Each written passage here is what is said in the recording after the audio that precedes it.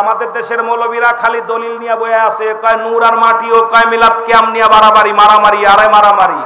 কিন্তু তোফাজ্জল হোসেন যুক্তিবাদী সাহেব এমন একটা মায়ার কণ্ঠে মা বাবার ওয়াজ করে হাজার হাজার সুদখোর ঘুষখোর মা বাবার খেদমত করে নাই এমন সন্তানকে মা বাবার প্রতি আশেক বানাইছে। জোরে বলেন ঠিক কিনা? তার আলোচনা শুনে মানুষের দিল কাঁদছে, এদের আলোচনা শুনে মানুষ নামাজি হয়েছে, এদের আলোচনা শুনে আল্লাহওয়ালা হয়েছে। আর আমাদের আলোচনা শুনে হয় হট্টগোল করা শেখে, আমাদের আলোচনা শুনে কিলে শেখে, আমাদের আলোচনা শুনে হিংসা শেখে, আমাদের ওয়াজ শুনে মানুষ বিভ্রান্তির মধ্যে আছে। জোরে বলেন ঠিক কিনা? প্রেম দরিয়ার মধ্যে ওয়াজের ময়দান একটা বিনোদন বানিয়ে নিছি, ওয়াজের ময়দান একটা আনন্দের ময়দান বানিয়ে নিছি না। ওয়াজের ময়দান আসবে চোখের পানি পড়বে, ওয়াজের ময়দানে পিতামাতার জন্য গুনাহ মাফের জন্য একটা অপূর্ব সুযোগ।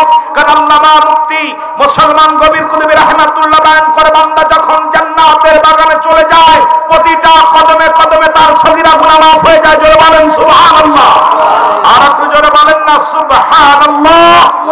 তাদেরকে করো যতন মা বাবা তোরতে আপন, তাদেরকে করো যতন মার কলি যাহায় আঘাত দিলে আল্লাহ সহে না। বলেন মার কলি যাহায় আঘাত দিলে আল্লাহ নবীজির দয়া তারা পাবে না। বাইরে আল্লাহ নবীজির দয়া। আমি গজলটা গাইতেছি আর চিন্তা করতেছি আমাদের দেশের মৌলবীরা খালি দলিল নিয়ে বয়ে আছে, কয় নূর আর মাটি ও কয় মিলাদ কিয়াম নিয়ে বাড়াবাড়ি মারামারি আরে মারামারি। কিন্তু তোফাজ্জল হোসেন যুক্তিবাদী সাহেব এমন একটা মায়ার কণ্ঠে মা বাবার ওয়াজ করে হাজার হাজার সুদখোর ঘুষখোর মা বাবার খেদমত করে নাই এমন সন্তানকে মা বাবার প্রতি আশেক বানাইছে। জোরে বলেন ঠিক কিনা?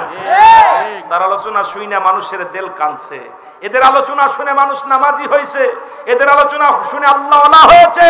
আর আমাদের আলোচনা শুনে হয় হট্টগোল করা শেখে, আমাদের আলোচনা শুনে কিলে শেখে, আমাদের আলোচনা শুনে হিংসা শেখে, আমাদের ওয়াজ শুনে মানুষ বিভ্রান্তির মধ্যে আছে। জোরে বলেন ঠিক কিনা? প্রেম দরিয়ার মধ্যে ওয়াজের ময়দান একটা বিনোদন বানিয়ে নিছি, ওয়াজের ময়দান একটা আনন্দের ময়দান বানিয়ে নিছি না।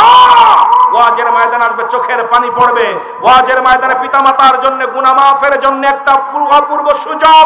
কারণ আল্লামা মুফতি মুসলমান কবির কুতুবী রাহমাতুল্লাহ বয়ান করে, বান্দা যখন জান্নাতের বাগানে চলে যায় প্রতিটা কদমে কদমে তার সগীরা গুনাহ মাফ হয়ে যায়। জোরে বলেন সুবহানাল্লাহ। আর একটু জোরে বলেন না সুবহানাল্লাহ।